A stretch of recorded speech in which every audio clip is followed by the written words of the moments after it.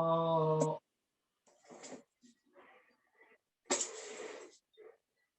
메소드와 스코프. 여기서는 이제 메소드라는 거는 함수와 다르다.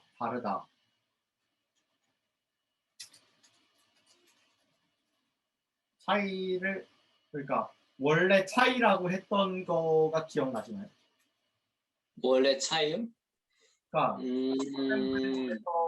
라고 해야 되나? 하여튼 옛날에 프로시저는 리턴이 없었고요. 함수는 리턴이 있었어요. 오, 정말 그런 옛날 차이가 있군요. 정말 옛날 언어를 다룬 정말 옛날 책, 7, 80년도 책을 읽었는데 이렇게 구분했었던 것 같고, 음흠. 메소드는 이름이 왜 메소드냐 하면은 방법인데, 자바의 약간 설계 철학, 객체지향적인 개념이 들어간 것 같아요.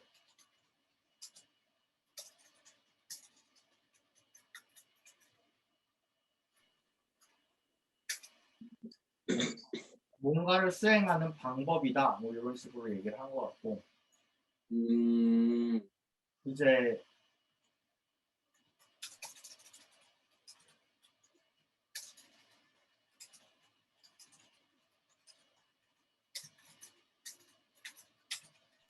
세 가지 요소 이론에서 벗어난 첫 번째 방법, 그러니까 이제 우리가 절차적 프로그래밍이라고 하잖아요.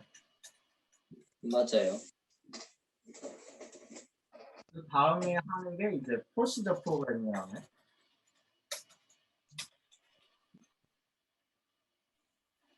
모르겠어요. 하여튼 함수를 묶어가지고 요거를 이제 묶자는 거예요. 기능별로. 기능별로 묶어가지고 이제 우리가 한 줄로 한 코드 안에 주르륵 짜지 말고 요 필요할 때마다 함수를 실행해서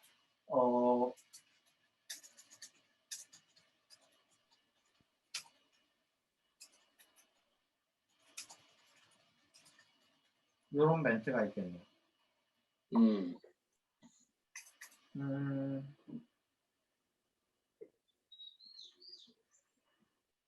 뭐 이런 개념이 있을 것 같고, 그 다음에 자바에서 선언하는 거는 이런 식으로 할 것 같은데, 여기 파이널까지 붙일 수 있을 것 같아요.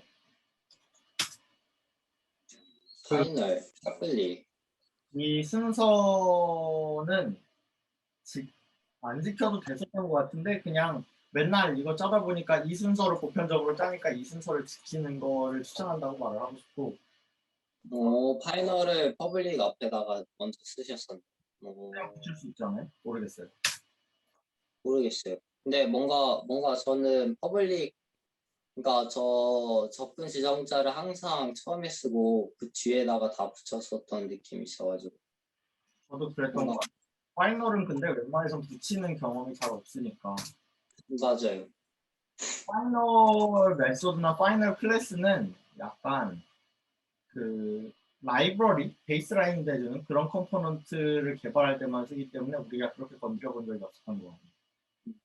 근데 뭔가 파이널이라는 의미를 보면은 저 리턴 리턴의 형 앞에다가 붙이는 게 적당하지 않을까요? 그러니까 스태틱 넘어서 보이드 사이에다가 파이널을 붙이는 게 의미적으로 좀 더 맞지 않나? 뭔가 파이널이 가지는 그 임팩트? 의미가 되게 명확하고 크다 보니까 앞에다가 붙이면은 좀 더 인식이 세긴 하지만 의미적으로 생각을 해보면 저 위치가 가장 적당하지 않나? 저도 뭐 대충 그런 것 같긴 하네. 모르겠다. 넘어가죠. 음. 얘는 리턴형이고요. 얘는 인스턴스 없이도 실행할 수 있다는 말이고, 얘 빼버리면은 이제 반드시 인스턴스를 선언을 해야 돼요, 여러분. 제발. 그냥 바로 만들고 뉴 안 쓴 다음에 이런 함수들 그냥 바로 실행하면 절대 실행이 안 됩니다. 이런 거 에러 반드시 나거든요. 반드시 처음 해보면 반드시 나는데 절대 이런 건 인스턴스를 제발 선언하자.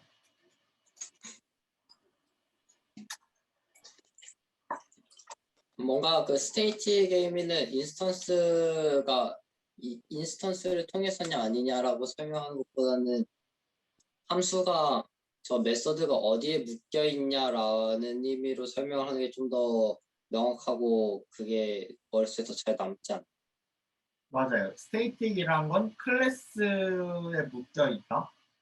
이 개념이죠. 근데 그게 결국 같은 말이라고 생각되는데 스테이틱이라는 게 뭐냐 하면은 정적이라는 말이잖아요. 맞아요. 내가 어떤 클래스를 만들어도 정적이다. 내가 어떤 클래스를 만들어도 이 함수는 실행의 정적이다는 거. 변하지 않는다. 네, 변하지 않는다. 음. 음.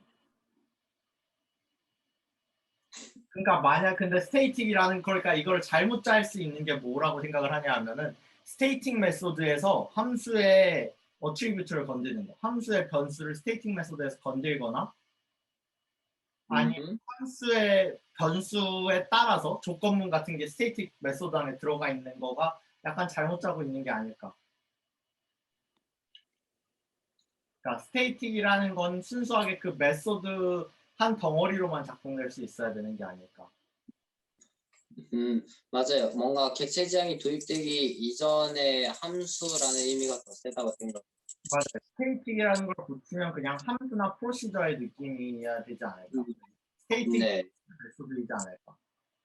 네네. 인식할 수 있을 것 같아요.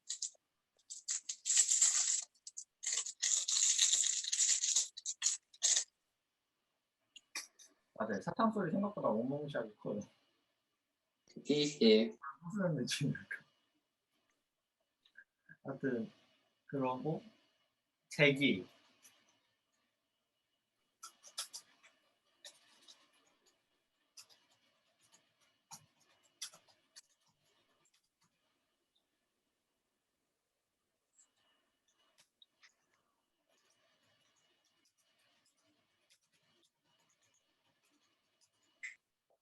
그러니까 제기라는 거를 뭐랄까요? 보편적인 소프트웨어를 개발할 때 쓰진 않았던 것 같아요.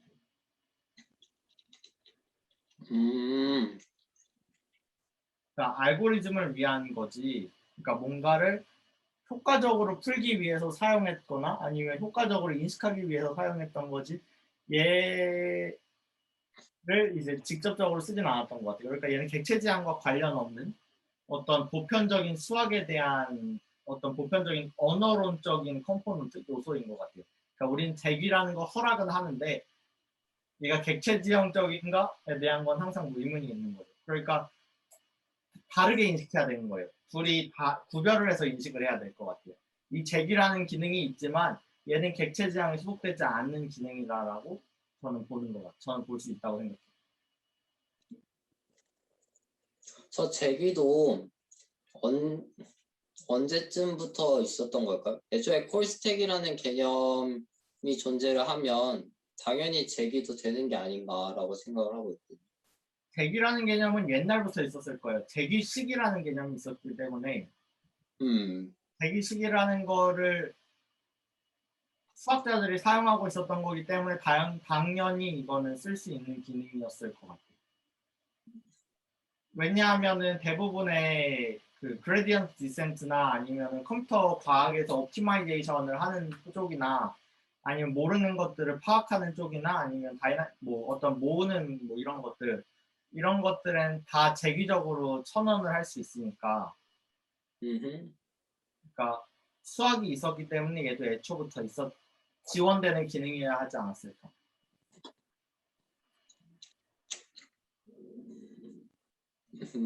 맞아요. 얘는 되게 오래전부터 존재해왔던 개념이기 때문에 이거를 우리가 순수하게 소프트웨어를 만드는데 쓴다고는 보지 않아요. 소프트웨어 어떤 컴퓨터 과학적인 계산이 필요한 부분에서 사용되지만 소프트웨어의 기능으로서는 사용되지 않는다.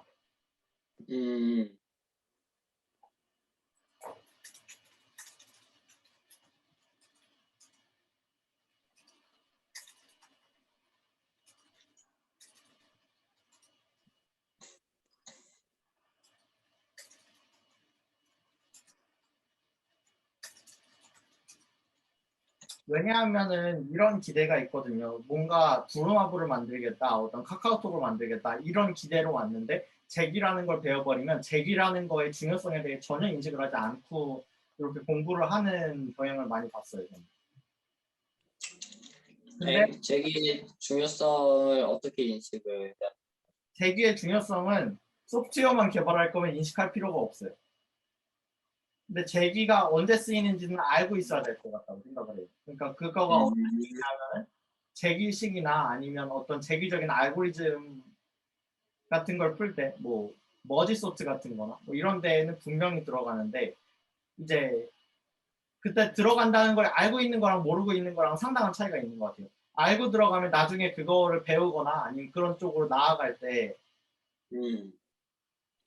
아 이때 배웠었지 그러고 넘어가면 되는데 그거에 대해 전혀 인식하지 않고 있다가 갑자기 이걸 배우게 되면 이거 옛날에 배웠었던 것 같은데 모르겠는데 라고 하면 자신감이 떨어질 것 같아서 그냥 체크하고 넘어가야 되는 분명한 기능이어야 되지 않을까. 그러니까 소프트웨어를 개발을 목적으로 한 책에서는 소프트웨어 개발하시는 분들이 작성을 한 거니까 제기에 대해서 피보나치 구하기나 뭐 이런 거 그냥 제기라는 기능에 대해서는 알려주잖아요. 근데 제기에 대한 시멘틱스는 알려주지 않았던 것 같아요. 그러니까 제기란 기능이 있다라고 하는데 이 기능은 언제 쓰던데? 는 안 알려줬던 것 같아요.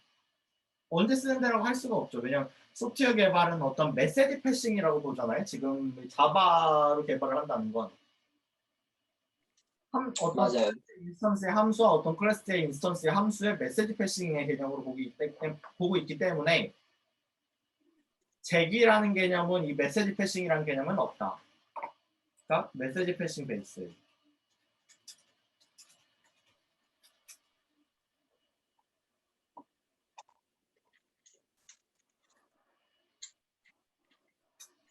이런 개념으로 하고 요건 반드시 읽고 넘어가도록 하죠.